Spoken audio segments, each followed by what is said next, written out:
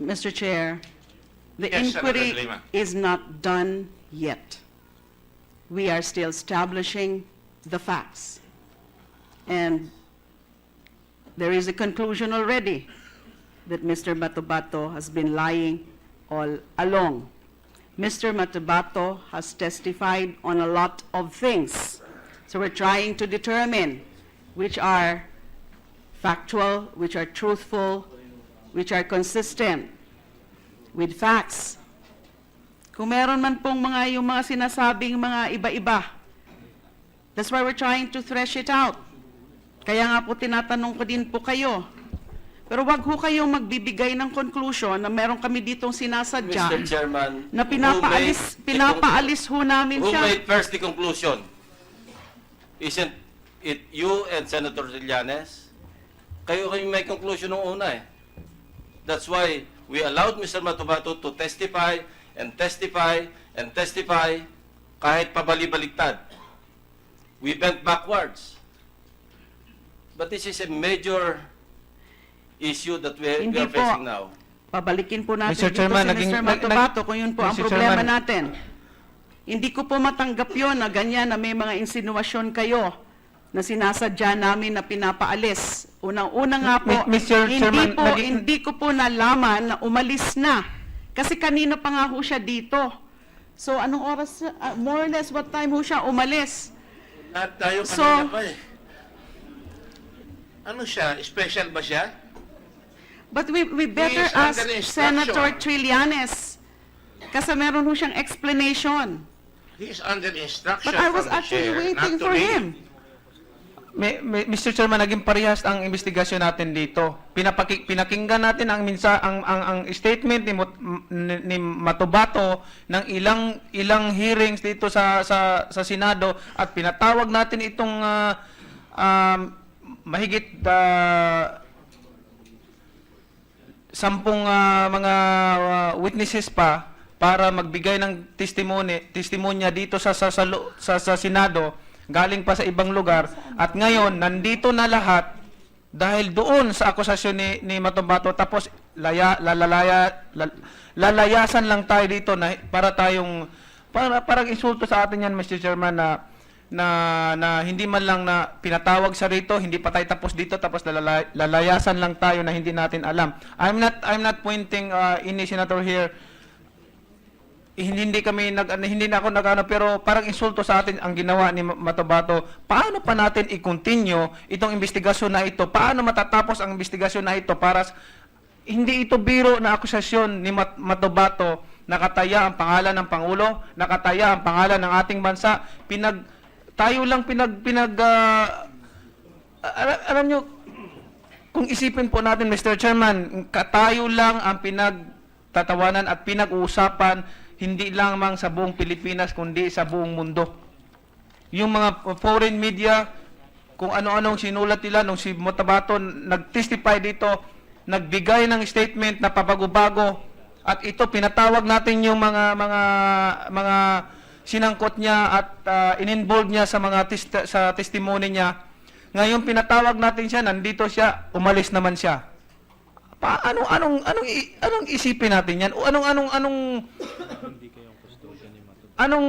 gagawin natin? Anong conclusion natin? Anong magagawa nating dahilan sa taong bayan para dito sa nangyayari na ito? Paano natin may pagpatuloy yung investigasyon, Mr. Chairman? All right.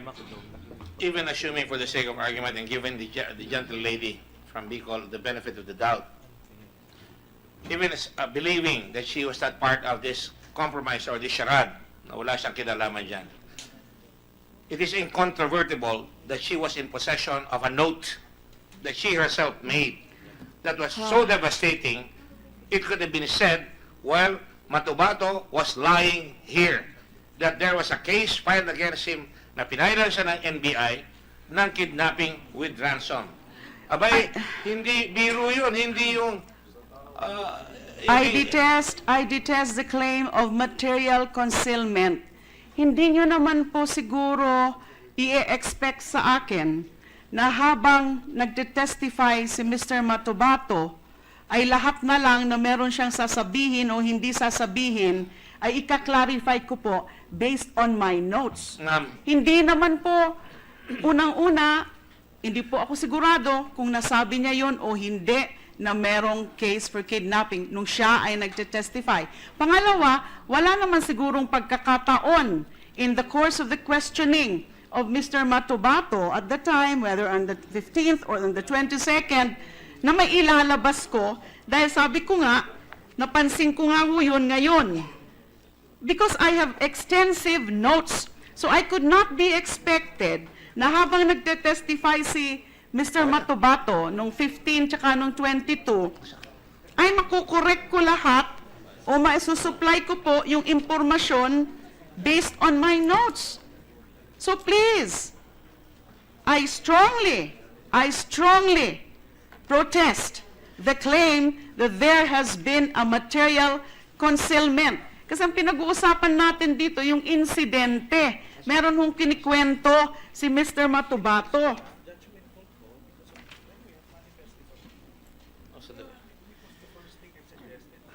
I was not expected to be whatever it is. stating, manifesting It is being all said the here. information, all the notes that I have when Mr. Matubato was testifying. Okay, if you are trying to stipulate na tayo pang may kasalanan dito, kami pang may kasalanan dito, naniwala kami na gano'n na nga nangyayari. Perhaps he wasn't asked. He was never asked about that. Well, Mr. Chairman. you know, this is not We a didn't ask because we kindergarten did not know, but class. you knew. But I have already I said this only before. noticed it kani-kanina lang po when I was reviewing my notes. Excuse me. Because I have extensive notes. Mr. Senator De Lima, I already said, even presuming for the sake of argument and giving you the benefit of the doubt, na hindi ka kasama dito sa nangyaring ito. The very fact that you had information while this was going on, it could not come across your mind na you had information na salungat doon sa sinasabi na Matubato rito. Habang nagsasalita si Matubato Ano rito, po bang salungat? May I please continue? I have given you so much leverage here. I've allowed you an extended amount of time. I have even allowed Matubato, and I didn't have to do that. I even allowed Matubato, and I did not postpone anything here. When I took over this committee, we will continue. We got all your witnesses here. And we called all the witnesses here, all the testimony, all the motions. We allowed. So please give me some leverage. Give me some latitude here. The point that I want to make here, salungat yung sinasabi doon sa nalalaman mo na nasa note mo na si Matubato pala ay may kaso ng kidnapping for ransom in the case of Sally Macdum. Salungat yun sa sinasabi niya na ang pumatay kay Macdum, tinulungan niya ay si SPO4 SPO4 na Las Cañas. Cañas, Mr. Chair. at saka yung iba, at siya rin ay kasama. Eh, ano ang conclusion na masasabi ko dyan? Lalabas na meron kang note doon na very, very significant that could change a tide of opinion, of judgment, of conclusion. Kaya hindi mo maalis na ako Mr. Chair. ay masagrin.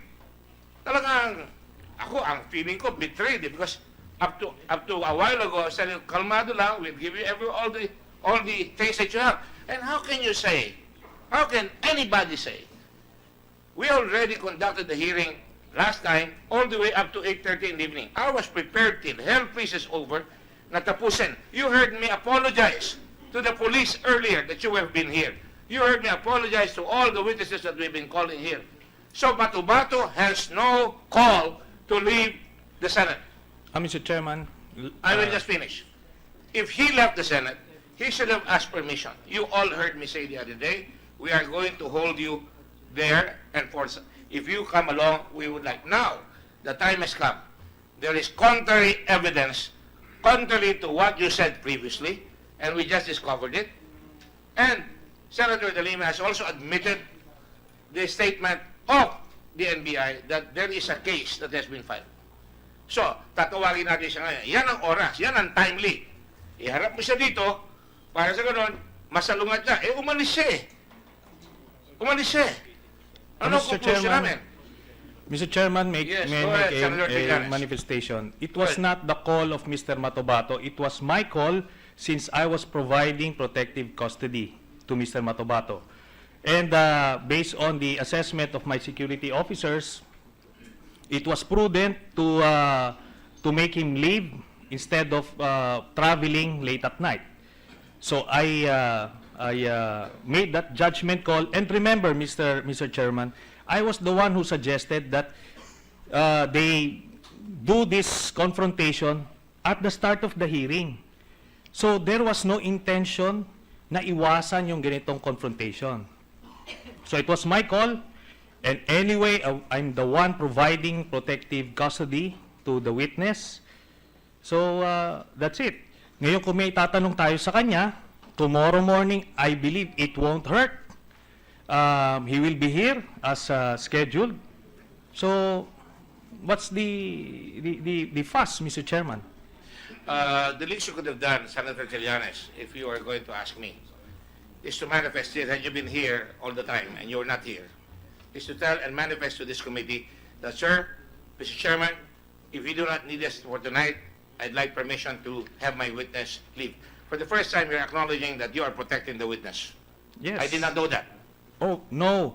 Mr. Chairman, I I've been was telling you, that's why I was I've been asking. telling you the past several, Oh. since the time you assumed, as chairman, I told you up front that in the meantime, I'm the one providing protective custody. So, when you ask who will bring the witness here, I told you up front that, since I'm the one protecting the witness, it's my responsibility. You will to recall, bring him. sir, Yes, Mr. Chairman. that at the beginning of the first hearing, when Mr. Matabato came up, I asked both of you who is presenting this witness. And none of you said, I am. Well, Mr. I'm aware of the fact that you accompanied him later on at night, when he left at night. You're also aware of the fact that when he came here, unlike the first hearing under Senator De Lima, he was not protected legally. He had no counsel. We went over backward to provide him with counsel. He was So- assisted po. You had a counsel, CHR counsel. Mr. Chairman, I was just informed that Mr. Matobato told this committee during the first hearing that a case was filed against him as a result of the Matobato abduction. So we can review the transcript, Mr. Chairman. Iyan po ang sinasabi ko kanina. I don't remember kung meron pong sinabi tungkol dyan. I'm so sorry, Mr. Chair, but I really detest the claim of material concealment. Ano ho ba yung sinasabing salungat sa sinabi niya?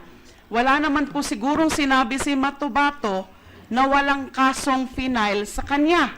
Mr. So Chairman. ano ho ba yung salungat na Mr. because Chairman, kinik- I already have the Trying to transcript. tell me that hindi salungat yung sinabi niya? Mr. Chairman, I already have the transcript. Let me answer first, transcript. Senator De Lima. Anyway, you have to look for that. Meron pala. He came down here and accused everybody. And kunyari siya ang hero na he's testifying against all the others that went with him to kill Bakdum. Now, it turns out that you have a note that you concealed to the committee. Mr. Chairman, precisely, it was not concealed. If you would allow me to manifest, on page 166 of the September 15, 2016 hearing, I quote the chairman, Senator De Lima, okay, yung pagpatay kay Sally Macdum, pinaninindigan nyo ba iyon na mayroon kayong pinatay na tao na pangalan Sally Macdum?